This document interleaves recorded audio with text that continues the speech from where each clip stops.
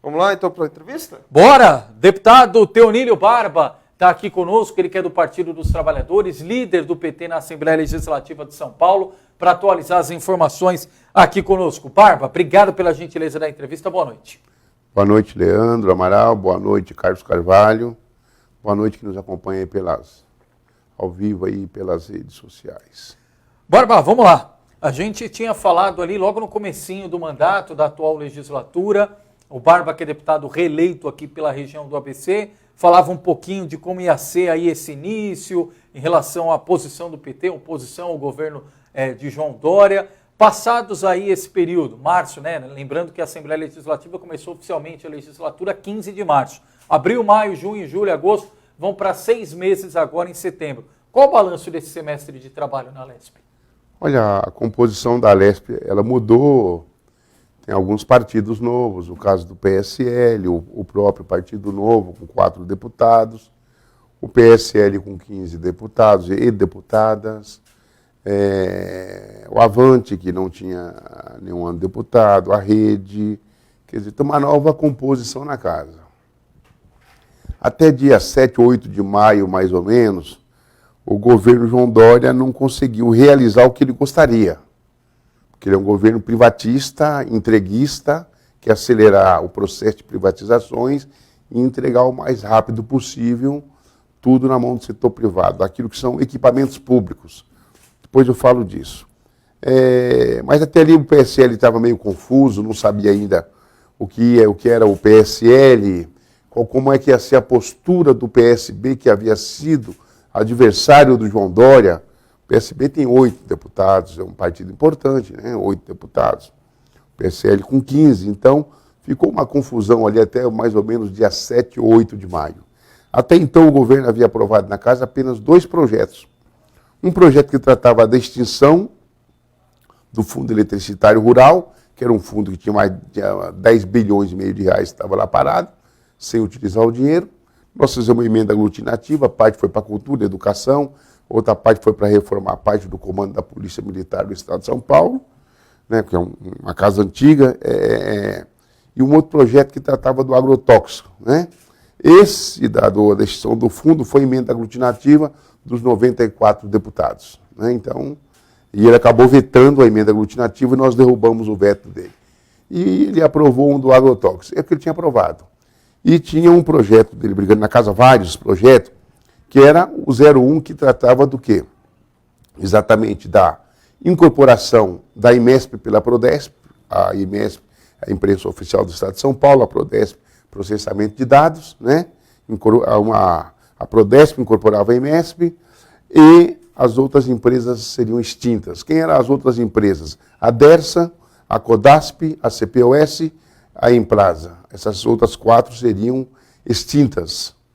Então, ele tem no cerne do governo dele uma coisa, desestatização, na verdade ele não quer usar a palavra privatização, mas é isso, extinção, junção ou concessão. Né? Então, ali ele não conseguia aprovar nada, porque o projeto era confuso, ele sacou a Dersa desse conjunto e separou as outras 3 empresas para ser extinta e a incorporação e a junção das 2. Então, ele conseguiu ali aprovar, a partir dali ele formou uma base de 62 a 68 deputados. Né? Até então ele não conseguia aprovar nada. O que nos surpreendeu é porque nós achávamos que o PSB, por exemplo, poderia liderar ali, montar um centrão ali, né, na Assembleia Legislativa. Então, se montasse esse centrão na Assembleia Legislativa, você criaria as condições de negociar com o governo do Estado de São Paulo, para que ele aprovasse projetos de interesse dele, não aprovaria a revelia da maneira que ele quer. Então, como o PSB fracassou nessa ideia, não conseguiu liderar, montar esse centrão, o governo operou muito bem e constituiu essa maioria, incluindo o PSB. Vota com o governo. PSB hoje vota tudo com o governo. PSB hoje eles falam que é independente, não. PSB é aliado do governo João Dória no Estado de São Paulo. Tem votado tudo com o governo. E só fazer um parênteses para você que está em casa nos acompanhando, o deputado Barba faz essa avaliação e esse destaque em relação ao PSB, tendo em vista até o grau de disputa e de animosidade da eleição do ano passado. O ex-governador Márcio França é do PSB, teve aquela disputa, os debates no segundo turno não nos deixam mentir, o tamanho que foi a animosidade ali, tamanho em relação ao João Dória e o Márcio França. Quando acabou o mandato, a gente inclusive fez uma entrevista com o deputado Caio França, filho do governador, e ele falava exatamente nesse tom, Barba, olha, o PSB vai ser independente aqui na casa, nós vamos ser o fiel da balança, o que for bom nós vamos votar, mas o que não for bom, nada nos impede de articular com a oposição, e ele falava que a dúvida era só ver qual seria a posição do PSL na casa. Então o PSB nos causa essa estranheza, não causa muito. PSB no estado de São Paulo sempre foi uma extensão do PSDB. Tanto que o Márcio França sempre era foi do Alckmin. Um braço do PSDB. Então não me causa estranheza pelo tanto de tempo que eu estou na política, não como deputado, mas perfeito, acompanhando, debatendo a política. O Podemos, liderado pelo Márcio França, também se acomodou logo no governo. Então isso vai consolidando. O governo tinha eleito uma chapa da coligação de 27 deputados, mais 4 do Podemos vai para 31, mais 4 do Novo se alinhou muito rápido com o governo, vai para 35, mais 8 do PSB, 43, e aí o governo fez uma atacada, uma jogada importante, que ele rachou a bancada do PSL que se dizia independente, que ia ser oposição, que era independente em relação, não oposição, em relação ao governo de João Dória, tem votado todos os projetos de privatização, está no cerne do PSL que tem que privatizar, que tem que reduzir o máximo o papel do Estado. Estado mínimo, né? Estado mínimo. Então, com isso, vai consolidando e consolidou a maioria. Nós, da oposição, que éramos 19 na legislação passada, reduzimos aí em 4, ficamos em 15. Aí tem tido adesão em algumas votações do PDT, do Márcio Nakashima do PDT, a Marina Elu da Rede, tem votado algumas questões conosco. Então, os 10 do PT, sendo 7 deputados e 3 deputadas, a Leci, do PCdoB, e as 3 deputadas do PSOL, mais o deputado Genásio. Então, essa é a composição da oposição, e nós estamos lá lutando para tentar impedir os escárnios do João Dória. Mas, enfim, a luta política é essa. Perfeito. Então, é uma legislatura que, do ponto de vista da legislatura passada, nós não sabemos ainda se ela vai ser mais atrasada ou não. Do ponto de vista de ataque aos direitos da sociedade civil organizada, dos trabalhadores, das trabalhadoras, o ataque dos serviços públicos que precisam, os mais pobres no Estado, com certeza os ataques serão maiores. Boa noite, deputado. Bem-vindo. Boa noite, Carlos Carvalho. Antes de a gente começar a entrar na região da ABC, acho que tem outro ponto do Estado que a gente tem que falar, a bomba que surgiu hoje da delação premiada do Sérgio Brasil, que há pouco tempo trabalhava no metrô de São Paulo, ele falando sobre um esquema de propina envolvendo deputados, envolvendo outros membros durante os governos de José Serra e Geraldo Alckmin, no governo do estado de São Paulo, em relação às obras da linha 2, verde, 5 lilás e até a 6 laranja. No caso da 6 laranja, licitação, Uma bomba que foi dita aos procuradores da Lava Jato.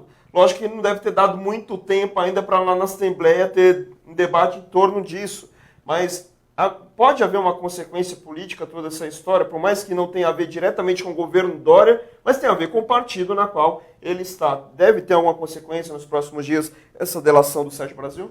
Olha, só haverá consequência se houver pressão da sociedade civil organizada, se tiver interesse em apurar, se tiver mobilização, se tiver pressão. Por quê? Como eu disse aqui, o governo, se você for entrevistar o PSDB, eles vão dizer que são a favor de apurar, que são a favor. Então, eles mentem publicamente na frente das câmaras, porque se fosse a favor de apurar, nós já teríamos instalado uma CPI da Dersa, porque é uma CPI que tem o pedido, tem mais de 1/3 de assinatura de deputados, inclusive a bancada do PSL assina, para a instalação da 6ª CPI. Na casa tem 5 CPIs funcionando, então pode instalar a 3ª se aprovada pelos deputados. O líder do governo, se vocês for ouvir o Carlão Piganatar, ele vai dizer o seguinte: olha, nós somos a favor da investigação, nós somos a favor da instalação da CPI, mas ela é que aguarda a 12ª vaga. porque seria a 12ª, seria a última CPI da casa, né? Porque tem 11 na frente. Mas havendo acordo entre os deputados, pode funcionar uma 6ª CPI. Se funcionar uma 6ª CPI, pode discutir Dersa e metrô, e tem agora, nós estamos coletando assinatura, né, para a CPI do metrô. O PSOL está fazendo isso, o PT assinou, todos os deputados, vários deputados estão assinando, mas depende da aprovação dos deputados para poder estar lá. Fora disso, vai depender dos órgãos de investigação realmente que existem no Estado, o Ministério Público, né, o Tribunal de Contas do Estado, o Poder Judiciário, Polícia Civil, a Polícia Militar, a Polícia Federal. Porque dentro da casa, para se aprovar uma CPI, tem que acontecer o que aconteceu lá na CPI da merenda, que depois eles acabam dominando, porque o governo tem a maioria, né, eles acabam arquivando tudo, né, e inocentando. Lá tinha problemas naquela CPI da merenda, né, nós identificamos isso, fizemos um relatório paralelo, mostramos, anunciamos para a imprensa, como sempre, não divulga. A imprensa, o governo do Estado de São Paulo, o PSDB, foi muito competente ao esvaziar a Assembleia Legislativa do ponto de vista de mídia, de imprensa. Se você for na Câmara Municipal de São Paulo, você vai ter lá a CBN, a Globo, a Bandeirantes, a Jovem Pan, vai estar todo mundo lá. E tanto falado quanto televisado, né, quanto nas redes sociais, quanto escrito. Na Assembleia Legislativa não tem nada. A CBN fica lá, aparece lá um pouquinho a folha, não acontece mais nada. Então, assim, agora a denúncia é uma denúncia importante. A denúncia é uma denúncia pesada. A denúncia vai acabar parando ainda naqueles famosos 123, 127 milhões que tem denúncia contra o Serra de dinheiro lá fora. A denúncia, na hora que for aprofundar o debate da Dersa, pega pesado no ABC, na questão do Rodoanel. Tem gente aqui no ABC que, quando ouve falar no Rodoanel, treme. Então, nós vamos lá, nós vamos trabalhar, nós vamos fazer essa disputa na tribuna, estamos levantando todos os dados agora, para fazer um grande enfrentamento na tribuna, um debate, desafiar o governo a vir se defender na tribuna. O que ocorreu, Carlos e Leandro, na legislatura passada? A oposição era 19 deputados, entre deputados e deputados, nós éramos 19. A oposição subia o tempo todo na tribuna, debatia, e a base aliada do governo não discute nada. Ele não fala se é a favor ou se é contra, ele só vota. E não tem problema, eu não tenho problema com o deputado que é a favor de privatizar. Mas suba lá e defenda a privatização. Não minta para a sua base, para quem elege. Porque lá, para quem vota nele, ele não fala que vai defender a extinção da Dersa. A Dersa é uma empresa que, apesar de deficitária nesse momento, é uma empresa muito importante para as prefeituras no estado de São Paulo. Nós temos 113 prefeituras das 645 que têm acima de 50 mil habitantes. O resto é abaixo de 50 mil habitantes. Então não é qualquer empresa que é igual ao Santo André, onde nós estamos aqui nesse momento, São Bernardo, São Caetano, né? Diadema, Mauá, que consegue contratar serviços, vai no setor privado e compra os serviços. As prefeituras menores dependem de serviço do Estado. E aí a Dersa é importante por conta disso. Perfeito. Como é a Sabesp, como é outras, como era a CPOS, que era a Companhia de Obras Paulista, uma empresa superavitária, faturou 67 milhões de reais no ano de 2017, né? Como era a Codasp, também superavitária, também a Implaza era superavitária. A Implaza virou deficitária por conta de má gestão. A Implaza é que trata da planejamento da região metropolitana, sim, na questão de mapas cartográficos, né, armazenamento de dados, informações e outros. Não, é só para completar essa parte, só para trazer rapidamente. É uma delação grande, gigantesca, não dá para negar a importância que ela tem. Envolve 4 partidos. Envolve vários partidos. Governo Alckmin, PPS, quer dizer, Cidadania, né, o antigo PPS, PSDB, Democratas, o antigo PFL, PTB, eles citar as nomenclaturas antigas dos partidos, porque na época que ocorreu as supostas propinas delatadas aqui, os partidos tinham esses nomes, né, no caso o PFL, que hoje é o DEM, e o PPS, hoje Cidadania, mas é incrível que isso tenha acontecido para o pessoal da Lava Jato numa época em que se questiona a Lava Jato em si, né? Tem tudo que foi divulgado pelo Intercept, agora essa semana tudo que o STF está fazendo, revertendo algumas decisões ali que foram feitas de julgamentos em relação à Lava Jato, agora tem um pedido em relação ao ex-presidente Lula para que se solte ele, ao que deve ser avaliado ainda essa semana ou na semana que vem. Olha, eu queria... Como é que dá para comparar essas duas situações? Uma bomba dessa em São Paulo no governo tucano em cima de uma operação que basicamente mirou o PT na maior parte do tempo. Então eu queria destacar exatamente essa semana aqui, em especial, a partir do vazamento do que fizeram com a família do presidente Lula, né? A forma de se referir à morte da esposa dele. A morte da dona Marisa, que era minha amiga, o presidente Lula é meu amigo, a morte do Vavá, que era meu amigo, a morte do Arthur, né? E mostra quem eram as pessoas. As mesmas pessoas que estavam cuidando do processo do presidente Lula, das ações contra o presidente Lula. Então, a Tesler, o Dallagnol, o Decker, então os vários, né? E na terça-feira vem a Jerusa Viecili e pede desculpas publicamente pela rede social. Pediu desculpa porque ela ironizou a morte da dona Marisa, ironizou a situação do presidente Lula naquele momento. É verdade que pedir desculpa é um direito ao arrependimento, é um reconhecimento de um erro. E acaba também esse reconhecimento virando um reconhecimento que a autenticidade das mensagens é vazada pelo Intercept. Aliás, é a primeira vez que isso aconteceu publicamente. Eles não negaram até agora. Nenhum deles negaram. Não negaram, mas foi a primeira confirmação. Mas é a primeira vez que alguém vem e pede desculpa publicamente.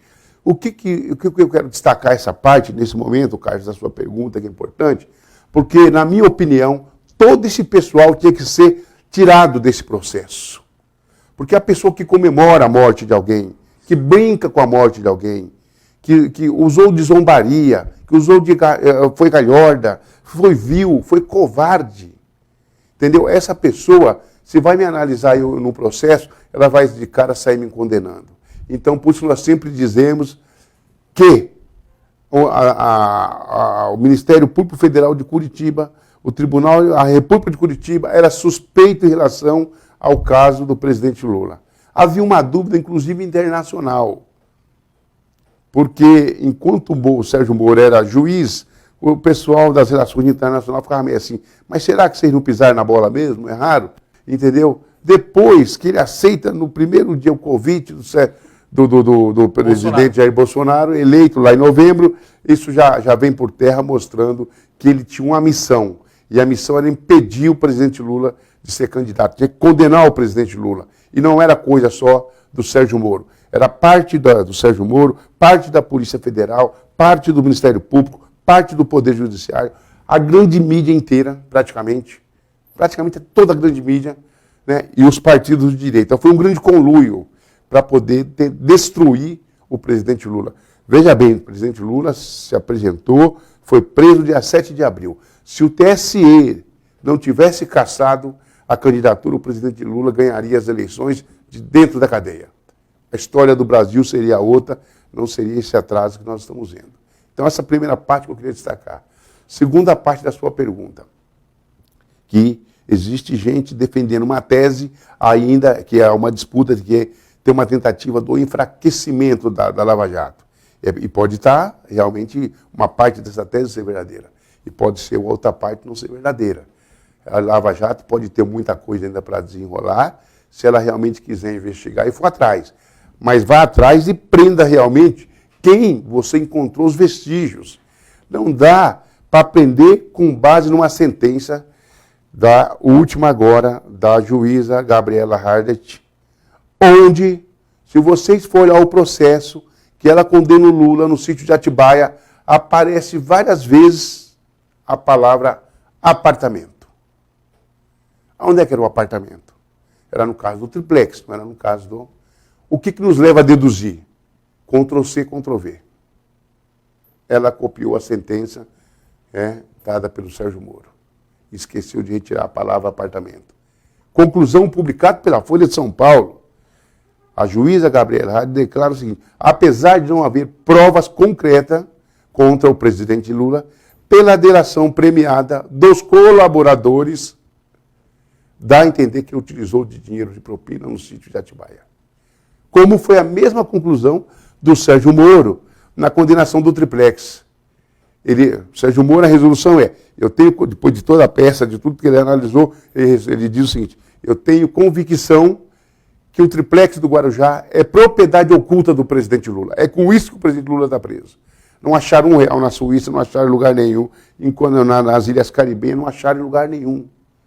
O Lula é um preso político, condenado à sanha, à vontade, ao ódio dos poderosos econômicos, da direita brasileira, de parte do setor da classe política, né, porque tinha um projeto de Estado em defesa dos mais pobres. E tem uma parte das pessoas que acha que os pobres não podem ser incluídos, né, uma parte da elite, uma parte dos ricos, dos milionários desse país, que acha que os pobres não podem ser incluídos no orçamento da União, que é a maneira de você desenvolver o país, é a maneira de você combater a pobreza, né, e os programas desenvolvidos no governo do presidente Lula. E dado sequência pela presidente Dilma, deu conta de resolver isso. Não essa tragédia que nós estamos vivendo agora de 12, quase 13 milhões de desempregados. E mais uma questão, Bárbara, que a gente não pode deixar de abordar, aliás, tomou conta nos últimos meses aqui da discussão ABC, Assembleia Legislativa, que é a questão do monotrilho, agora BRT. Inclusive, quando anunciado pelo governador João Dória ali a modernização da linha 10, a linha 20 Rosa em São Bernardo do Campo, que é só discussão ainda, nem no papel está propriamente, e a troca do modelo para o BRT, o secretário de Transportes Metropolitanos Alexandre Baldi ficou de, no mês de agosto, vir ao consórcio. Essa data agora foi remanejada. A informação que nós temos, né, Carlos, é que será em setembro. Diz que em setembro apresenta o projeto. Isso. Não tem uma data ainda, mas diz que em setembro apresenta o traçado oficialmente saindo de São Bernardo, indo até a linha 2 Tamanduateí, ali, estação Tamanduateí, com a ligação com a linha 2 Verde. Os deputados na Assembleia Legislativa têm mais informações? Alguma coisa mudou desde o anúncio do governador João Dória a respeito do BRT aqui para o ABC? O governo João Dória não trabalha com informações. Qualquer governo que trabalha com informações o tempo todo, de maneira permanente, é um governo transparente. Ele de cara não é um governo transparente, ele é um governo que ele fez uma opção, e não tem problema isso, ele fez a opção de privilegiar os empresários, o setor privado desse país. Os bancos, os empresários, e aquilo que ele é. E não tem um problema com isso. Agora, tem um problema com o ataque ao serviço público. Então, primeiro, vamos aqui mostrar que não houve aqui uma covardia dos prefeitos da região. Porque vocês sabem que o VLT é muito mais importante para a região. Nós não estamos falando de qualquer região. Nós estamos falando de uma região que tem 2.800.000 habitantes, até o último censo, 2.700.000 mais ou menos. É uma região que produz um PIB, que se a economia estiver bombando, ela com certeza passa de 200 bilhões de reais, não é brincadeira. E a quinta maior economia do país. Quinta maior economia do país, é 6% do PIB do estado de São Paulo. Né? O estado de São Paulo, o PIB de 2017 foi 1.625 bilhões, ela foi 6% disso. Então, é uma região que precisava muito do VLT. Tem que destacar essa covardia dos prefeitos. Né? Os deputados não se manifestaram, nós denunciamos na tribuna da Assembleia as desmazelas, a quebra de compromisso de campanha do João Dória. Né? Essa briga foi uma briga do consórcio intermunicipal que vem lá desde 2008, 2009, 2010, fazendo esse traço para tentar ganhar um equipamento novo de transporte de massa aqui para a região. Então, as informações estão no pé daquela última reunião que ele... Não teve nenhuma atualização? Bom, pelo menos pode ter avançado alguma coisa, mas o secretário Alexandre Baldi, para nós, não disse nada. Mesmo quando ele veio, quando ele foi na comissão de transporte, eu não pude ficar continuar a reunião eu tinha que liderar um outro debate da bancada, como líder da bancada do PT, mas o deputado Luiz Fernando ficou lá pelo PT, você estava lá presente. Ele não disse nada com nada, né? Ele é muito habilidoso. Aliás, o pessoal do PSDB é habilidoso para enrolar o povo paulista, como enrola. Mas o povo paulista também gosta e elege eles há vários anos. Isso significa que gosta de ser enrolado. Muito habilidoso. Então, e deixa claro que o BRT, ele não é a alternativa que vai resolver o problema do ABC, né? O BRT é uma alternativa intermediária. Uma alternativa. O que é isso? Se você, eu vou até fazer uma comparação assim bacana de fazer. Se você for comparar qual era a luta do movimento estudantil de 64 a 68, né? A luta do movimento estudantil de 64 a 68 era para construção de mais universidade, mais universidade. Qual foi a saída encontrada pelo governo militar da época? É o seguinte, criou escolas técnicas, dão uma arrefecida no movimento, porque atende uma parte da demanda e não atendeu a parte da demanda das universidades. A parte do BRT é isso, dá uma melhorada em alguma coisa, dá uma arrefecida na demanda do ABC, e o ABC, que é a quinta receita do país, né, fica aí ainda com essa falta de compromisso do governo estadual com o ABC. Carlos Carlos. Aproveitar uma pergunta do Miro Mota, que é um dos internautas que já entrou em contato com a gente aqui através de comentários. Abraço, Miro. Santista como você. Em relação a... Obrigado, estamos ali. Segue o líder. Em relação às emendas aqui para a região, até recentemente eu vi vários deputados falando que o governo finalmente pagou algumas emendas, né, algumas estão atrasadas. Como é que está a situação em relação às suas emendas? O governo vem pagando direitinho ou vem tendo algum problema? Olha, eu não consigo te responder isso agora, eu sei, me parece, veio emenda para Mauá, para São Bernardo, eu não sei porque eu moro em São Bernardo há 56 anos. Há 56 anos, fez agora, dia 18 de agosto, nesse mês que está terminando. Eu cheguei em São Bernardo com 5 anos de idade, viu, Miro? Eu indiquei 2 milhões de reais de emenda para São Bernardo. 1 milhão de real foi no último ano, agora em 2018. Para que era esse 1 milhão? Esse 1 milhão era para metade para a saúde, metade para a Recap, né? E havia indicado 1 milhão no primeiro ano de mandato, para fazer ruas da periferia, da comunidade onde eu moro, que é a Vila São José, em São Bernardo do Campo, para quem conhece a Volkswagen, do lado de Cadancheta, em frente à Volkswagen, ali ao lado do Jardim Silvina, Golden Park região. E me estranha que até agora foi...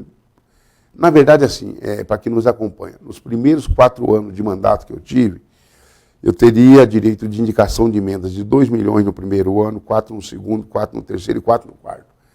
E todos os anos eu indiquei, o governo do Estado de São Paulo só pagou emendas, pagou 2 milhões e 800 mil reais de emenda no último ano, porque era impositiva. Porque se não fosse impositiva, eu não teria pagado. De 14 milhões, ele pagou 2 milhões e 800, o governo do PSDB. Então nós mandamos emenda aqui para a área da saúde aqui, aliás, a fazer uma denúncia aqui. É uma denúncia eu vou fazer. Nós mandamos 200 mil reais de uma emenda aqui para a área da saúde, que era para o hospital, que ia ser construída a UBS ali na Vila Luzita, né? E aí a Secretaria de Saúde aqui está devolvendo, dizendo que não será mais lá o hospital, então não precisa da emenda. Então o governo Paulo Serra está nadando em braçada, nadando em dinheiro, então não precisa. Então, recebi essa informação ontem, né, do meu assessor que cuida das emendas, que é o doutor Ayrton. Ele falou, olha, ligar da Secretaria dizendo que como mudou, eles não pode... Então, discute, vamos remanejar para onde vai, né? Para outro local. Mas, enfim, deve estar... Não sei se baixou o espírito do Bolsonaro, né? No prefeito, na secretaria, e acabou respondendo isso. Mas nós temos indicado emenda para a ABC, para Ribeirão Pires, para Diadema. Diadema, por exemplo, nós indicamos uma emenda de 300 mil reais para um centro esportivo. Deu um problema porque a cidade de Diadema não detém, ela é proprietária do terreno, mas não detém a certidão de proprietário. Sim. Então não consegue fazer, nós estamos lá remanejando a emenda de 300 mil reais para um outro centro esportivo para poder atender. Mandamos uma de 200 mil, agora esse ano, para a área da saúde, para compra de equipamentos, imagens e tal. Já havia mandado outras, então nós estamos mandando. Então, agora parece que tem uma marcação Né? Agora não, as impositivas não tem como eles segurarem. Eles vão ter que pagar. Sim. Né? Mas eles ainda podem enrolar e botar os restos a pagar para o ano seguinte. A vida nossa lá é dura. Aproveitando que você citou a Volkswagen no meio da sua resposta, hoje teve o anúncio de investimentos da Volks de 2,4 bilhões, né, que eles anunciaram na Alemanha, com a geração de 1.500 empregos, segundo o anúncio, porém, segundo o sindicato, esse acordo já é de 2017, já é um acordo antigo. É o que pegar mesmo a sua palavra sobre toda a situação da Volks e como é que você está vendo o cenário automobilístico, da indústria automobilística aqui na região. A Volks está mantendo, está produzindo, pelo menos, independente do investimento de hoje ou de 2017, está produzindo bem. A GM, apesar de hoje ter anunciado um PDV na área de engenharia, mas também anunciou investimentos e tem a questão da Ford, polêmica da que Ford. Até agora ninguém sabe para onde vai. Como é que você vê toda a situação aqui da indústria automobilística do ABC? Primeiro, não é um problema da indústria automobilística do ABC. É uma falta de visão do governo federal, de governos estaduais do Brasil inteiro, né, para olhar para um setor importante, que é o setor da indústria automobilística. Lógico que o ABC acaba sendo mais afetado, que é o primeiro polo a receber essa indústria no Brasil. Sim. E por muitos e muitos anos, e até hoje ainda lidera no mundo parte da produção de caminhões, por exemplo. O ABC é o 8º polo de produção de caminhões no mundo. Então precisa ter política para olhar para um setor estratégico importante, que no setor automotivo brasileiro, somadas montadoras, hoje quase 30, mas todo o conjunto de autopeças eletroeletrônico, esse setor emprega uma quantidade muito grande de trabalhadores. Então precisa... Empregos qualificados, né? Empregos qualificados, são empregos melhor remunerados, são os empregos aonde absorve uma quantidade de mão de obra maior, muito grande. Então, acho que falta esse olhar. Nós, durante o período do presidente Lula e da presidente Dilma, nós negociamos ali um programa chamado Inovar Autos, que foi até 31 de dezembro de 2017. Em 2017 ele virou a Rota 2030, que não tem a mesma capacidade que o programa tinha. Eu estou dizendo que eu conheço o programa porque eu ajudei a montar, ajudei a discutir aquele programa. Né, que as fábricas, conforme investimento em laboratório, inovação tecnológica, pesquisa, engenharia, elas iriam ter um benefício de redução do IPI de 1% até 2% na cadeia, se ela fizesse esses investimentos nessas 4 áreas que eu falei. E ela se tornasse uma fabricante de veículos. Então foi um debate importante. Esse acordo ele encerrou. Por quê? Porque tem um empresariado brasileiro e um governo brasileiro que não está, e o governo paulista, que não está preocupado se tem que gerar emprego aqui. Estão preocupados que as pessoas comprem o produto. Então, em tese, pode entrar produto internacional que não tem problema. Aí nós vamos gerando emprego lá fora. Nós vamos gerar emprego na China, nós vamos gerar emprego nos Estados Unidos. E eu não estou tratando aqui do isolamento do Brasil, principalmente no momento de economia globalizada. Mas é o fortalecimento. E eu estou discutindo aqui o fortalecimento de quem está instalado aqui, do nosso patrimônio. Por exemplo, quando você pega o setor, a indústria de peças no ABC, no estado de São Paulo, no Brasil, a indústria de peças não, a indústria de máquinas, é o único setor empresarial que tem discutido um conteúdo nacional. Como desenvolver a indústria nacional. Sim. Que é um setor que também sofre bastante. Então, nós temos esse problema. Agora, o ABC tem sofrido mais em função disso. Anuncia um PDV aqui, o acordo hoje, que está dizendo que estão lá na Alemanha negociando. Gente, fui 30 anos metalúrgico, 5 de Volks, 25 de Ford. Fui diretor do sindicato, nós discutimos a vinda do New Fiesta, a construção do New Fiesta. Nós discutimos a vinda do caminhão pesado para ser fabricado na Ford. Nós discutimos a reestruturação produtiva de todos os modelos fabricados na planta da Volkswagen, aqui, e eu trabalhei 5 anos na Volkswagen, e 25 na Ford, aqui na planta de São Bernardo. A planta de São Bernardo da Volkswagen é a segunda planta mais importante da Volkswagen no mundo. Ela só perde para a planta de Wolfsburg, só perde para aquela. Né? Então a Volkswagen, fora de lá, o maior investimento é colocado aqui. Entendeu? E aí tem gente que fica plagiando acordo do sindicato, dizendo que está negociando a contratação de 1.500. Estou dizendo aqui do prefeito Orlando Morando, que disse que eu não vi a notícia, mas disse que está na Alemanha anunciando isso. Acordo foi feito com o sindicato em 2016. Consultem o presidente do sindicato, aliás, o presidente do sindicato, trabalhador da Volkswagen, o Wagner Santana, meu amigo, se estiver nos ouvindo, estiver nos assistindo, um grande abraço. Inclusive ele está na Alemanha. Está na Alemanha. Então, assim, a propaganda está aí, né? As pessoas têm o direito de dizer o que quer. Agora, é muito grave a situação, né? Já falei de maneira geral. A questão da Ford é uma questão que eu trabalhei na Ford e tenho muito respeito pela Ford, enquanto empresa, sempre tive, mas o que a Ford fez com o Brasil, você que está nos acompanhando, a partir de 98 para cá, é um assalto aos cofres brasileiros.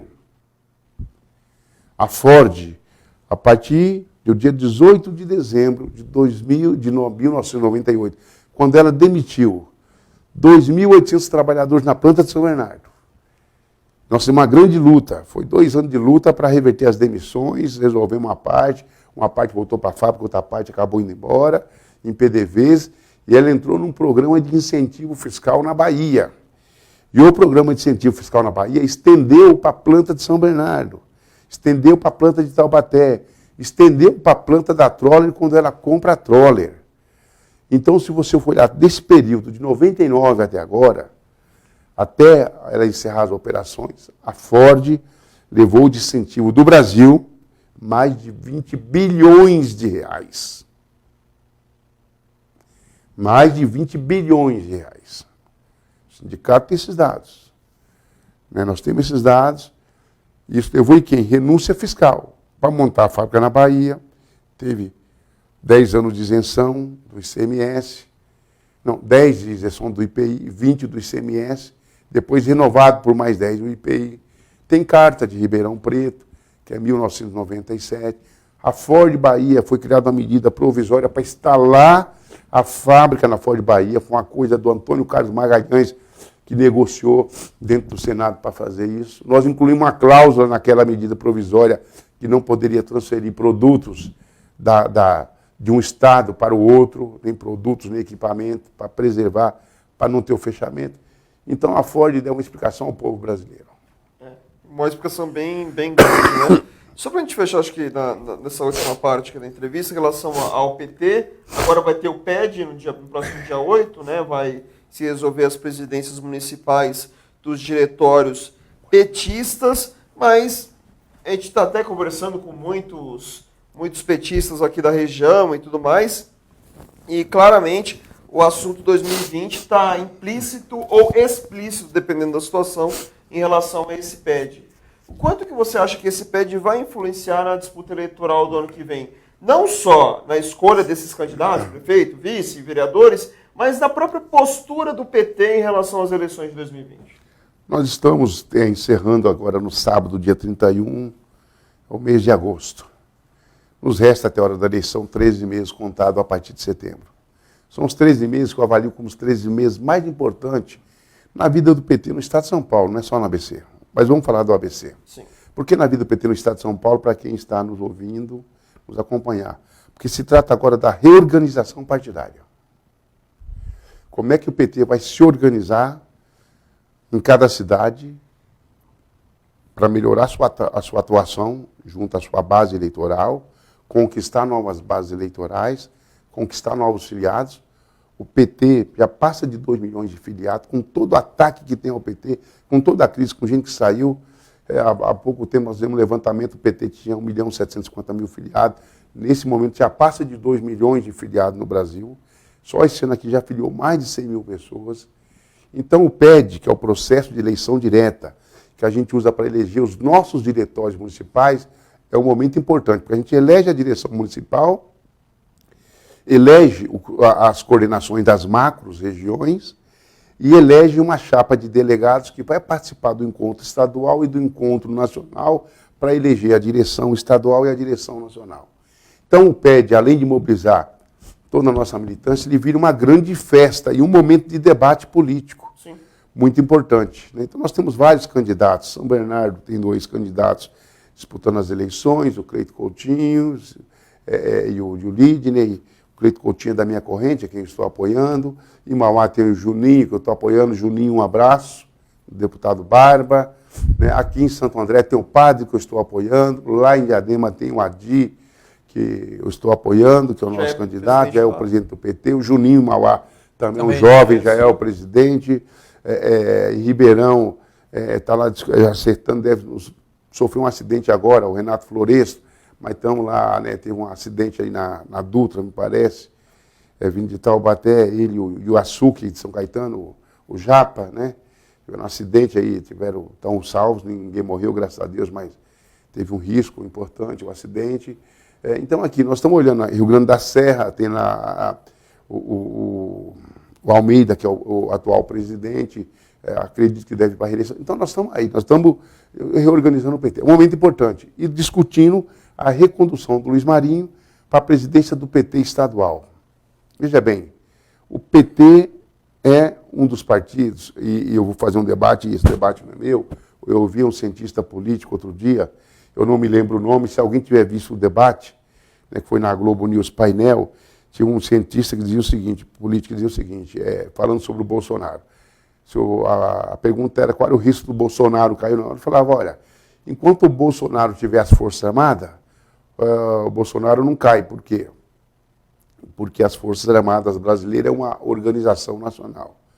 O Brasil tem 3 organizações nacionais. Uma é as Forças Armadas, né, que está organizada em todos os estados do Brasil, tal. A outra é uma organização milenar, que é a Igreja Católica, né, tá em bairros, cidades, municípios, rua, né, em todos os estados do Brasil. E a outra organização nacional é o PT, é o Partido dos Trabalhadores. Porque o PT realmente está organizado em todos os estados do Brasil e quase todos os municípios do Brasil. Eu acredito que o PT esteja organizado em mais de 4 mil municípios hoje. Aqui no estado de São Paulo, nós vamos fazer está organizado de maneira com diretório montado em 270, quase 280 cidades. E outras cidades construindo e trabalhando para transformar as comissões provisórias em diretórios. Até porque existe uma tendência do TSE indicar que só pode disputar as eleições partido que tiver diretório formado e quem tiver comissão provisória não consegue disputar nem a vaga de vereador. Então, momento importante. E isso bate aonde? Em 20. Porque a disputa de 2020 é a disputa local. É a disputa do vereador. Quem é Leandro e Carlos? Qual é a eleição mais canibalizada que existe no Brasil? É a eleição de vereador. De vereador, de vereadora. Por quê?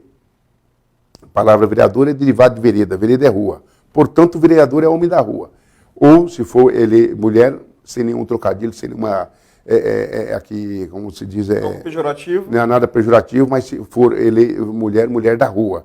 Né? Por quê? É quem discute a calçada, discute a árvore, discute o poste que está na frente da garagem, discute a galeria. É o primeiro contato do morador, da moradora, é com o vereador. Portanto, é uma disputa de poder local. O PT não pode vacilar nisso.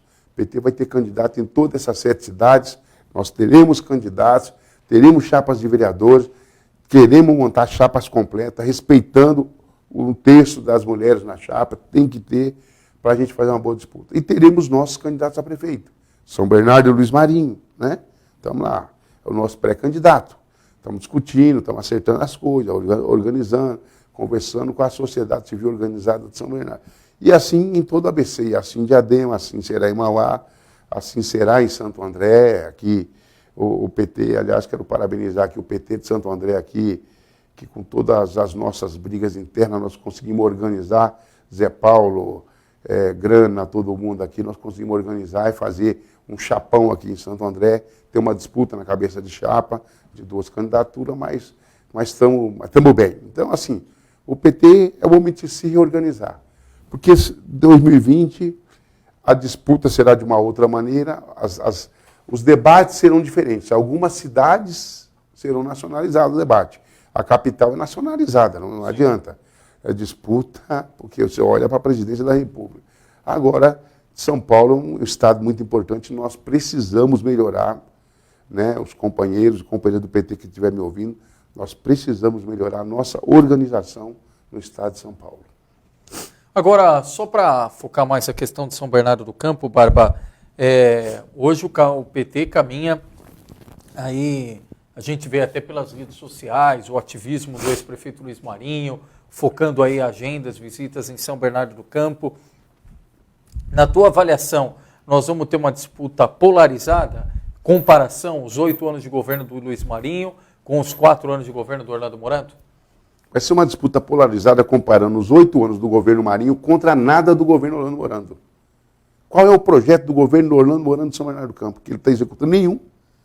Ele parou no primeiro ano de governo todas as obras da cidade, que eram obras importantes, contratado a médio e longo prazo. Mas já não estavam parados. Contratado com operações de crédito. Com operações de crédito. Você, quando faz uma grande obra, você contrata com operação de crédito. O que é uma operação de crédito? Você, para fazer uma obra igual um piscinão do Paço Municipal, a prefeitura não tem dinheiro, contrata junto ao BNDES, ao Banco do Brasil, ao Caixa Econômica Federal, ao BID, ou organismos internacional. Você contrata para dívida para 10 anos, para 20 anos, para fazer uma obra daquela. Né? Ele parou. Ele entrou do primeiro dia de governo e deixou a cidade parada por um ano. E aí depois começou a trabalhar, fazendo as obras que o Marinho deixou contratado. No programa dele dizia que contrataria mais 300 médicos em São Bernardo. Você que é da mídia, Leandro, você e o Carlos, quantos médicos foi contratado em São Bernardo do Campo? Aliás, foram médicos demitidos, alguns por perseguição política. Né? Foi demitido, porque é filiado do PT, ligado ao PT, então, sabe? Mas quantos médicos foi contratado em São Bernardo? Quantas escolas novas foi criadas em São Bernardo? Bom, vamos falar, criou o que em São Bernardo? Bom Prato? Foi isso. Que teve, o que mais? Eu quero saber, eu quero que vocês me ajudem. Porque o restante foram planejamento que o Marinho deixou, e deixou contratado com contratos importantes. Para o governo chegar, operar e realizar. Então vai ser o governo, nós vamos mostrar, olha, durante o governo Marinho, nós reformamos 32 UBS existentes em São Bernardo do Campo. Nós construímos 3 novas UBS, nós construímos 9 UPAs, nós construímos mais de 5 mil moradias, nós urbanizamos 26 mil famílias, foi colocado num plano de urbanização em áreas de mananciais. Nós cuidamos de um plano de urbanização de comunidade de favela, nós fizemos, né? Nós criamos, nós mostramos, nós montamos. Lógico que nós vamos ter que não podemos viver só do legado do que nós fizemos. Né? Nós construímos 7 céus. Né? Nós não podemos viver só disso, mas nós vamos ter que construir, apresentar novas propostas que convença a sociedade que o Marinho tem que retornar. Eu que moro em São Bernardo há 56 anos, não conheço em São Bernardo um prefeito melhor que o Luiz Marinho. Né? Posso citar bons prefeitos que teve, não tenho problema nenhum com isso, Lauro Gomes, né? Maurício Soares, que não foi nem uma época foi do PT, outra não foi, depois voltou para o PT, depois foi embora de novo. Mas não teve. E o Orlando, infelizmente, até agora, não diz por que veio. Eu gostaria de ver a imprensa fazer um levantamento das coisas novas, aí fora que eu citei o Bom Prato, né, que o Orlando montou em São Bernardo do Campo, fez em São Bernardo do Campo. Orlando fez em São Bernardo do Campo perseguir os servidores públicos, perseguir o sindicato, perseguir os trabalhadores, né, tentou minar a sobrevivência do sindicato, não negocia com o sindicato, entendeu? Aí ele vai dizer, eu intervi na questão da Ford, recebeu, inclusive o Barba, eu estive lá junto com o Sindicato Metal da ABC, fomos recebidos, parabenizei ele pela fala que ele teve quando a Ford anunciou o fechamento, sem falar com ele estava bravo, porque a Ford deu um passa-moleque nele, e ele teve uma postura correta de reagir, porque teve uma postura muito dura com relação à empresa, mas só isso. Né? Então, e nós vamos disputar. Né? O Orlando sabe que tem um grande adversário pela frente, que é o PT, e ele sabe disso, que é o adversário a ser batido. Né? Então vai ser mesmo um plebiscito? Como todo mundo eu não sei se será um plebiscito, se vai aparecer gente nova ou não. Por enquanto, que eu tenho ouvido dizer que o PSL vai ter candidato na cidade, né? Tem gente dizendo que quer ser candidato para outros partidos, há articulações ocorrendo pelos bastidores. Eu estou acompanhando, não estou aqui, eu não vou falar disso, porque eu vou deixar as próprias pessoas que estão envolvidas nisso falando. Eu também estou envolvido nisso, mas não vou falar porque essa parte não me interessa falar agora, porque são pessoas que vão anunciar que sai de um partido, vai para o outro. Então, eu tenho que deixar as pessoas oficializar. Né? Só lembrando que a janela eleitoral vai ser aberta em março do ano que vem. 6 meses antes. 6 meses antes. Quer dizer, fecha 6 meses antes, que fecha no dia 4 de abril. Mas né? isso é só para quem tem mandatos. Para quem tem mandato, só para explicar. Quem não tem mandato pessoal. pode sair a hora que quiser, Isso, não tem problema. Perfeito. Né? E eu estou falando de pessoas que não têm mandato. Então. Legal, Barba. Bom, infelizmente nosso tempo aqui é implacável. Tinha muito mais pauta ainda, mas o Barba, mais uma vez, agradecendo a gentileza, abrindo espaço na agenda para atualizar as informações aqui conosco, falando da conjuntura, do cenário na Assembleia Legislativa de São Paulo, essa correlação de força, situação, oposição, falando mais do Partido dos Trabalhadores, tendo em vista o PED no próximo dia 8 de setembro e principalmente da articulação e organização do PT, tendo em vista as eleições municipais de 2020. Deputado estadual Barba, obrigado mais uma vez pela gentileza da entrevista. À vontade para as considerações finais. Obrigado você, Leandro. Obrigado, Carlos Carvalho, Leandro Amaral. Obrigado ao Repórter Diário. Aqui uma mídia sempre aberta a todos os candidatos, sem distinção, sem restrição. Então, eu agradeço. E sempre que puder, estarei. Peço desculpa a vocês que eu tinha 2 vezes agendado, mas em função da demanda de ser líder da bancada, a assessoria, o PIT, o pessoal né, a aí gente sempre acaba, muito atento conosco. Avisa para eles lá 3 horas antes para tentar arrumar alguém para cobrir o nosso lugar, né, bota a outra pessoa. Não, a assessoria falou que era porque o Santos tinha perdido, aí você não queria que o pessoal falasse do Santos. Não, o Santos, apesar de nós ter vacilado domingo, mas ainda estamos ali brigando, estamos no G4, nós vamos fazer uma disputa direta com o Flamengo, a gente derrota o Flamengo e assume a liderança de Tá bom. Um abraço, muito obrigado. Legal, Luiz Fernando Gordinho Diadema, ativista da causa animal, falando do animal, vamos deixar aqui com a assessoria, com o Barba, suas sugestões em relação à causa animal. Ele é defensor, Barba, da construção de hospital veterinário regional aqui para o ABC. Parabéns, o Luiz Fernando. Gordinho, Luiz Fernando Gordinho. Legal. O Ademar Amaral, obrigado. Edson Rodrigues Pinto. Miro Mota aqui fez vários comentários. A gente não conseguiu atualizar todos aqui, Miro. Obrigado pela participação. Ângela Silveira também, obrigado. O pessoal falando muito da indústria automotiva. Obrigado aí pela sua participação. O Gordinho só está perguntando se essa verba que você mandou para Santo André não foi aceita, se pode ir para o meio ambiente em Diadema, Barba. Nós vamos olhar se a gente consegue, se ela não for devolvida para o governo do estado, como é que a gente consegue remanejar ela para outro local. Ah, certo. Obrigado, Barba. Obrigado a você que nos acompanha, curte, comenta, compartilha.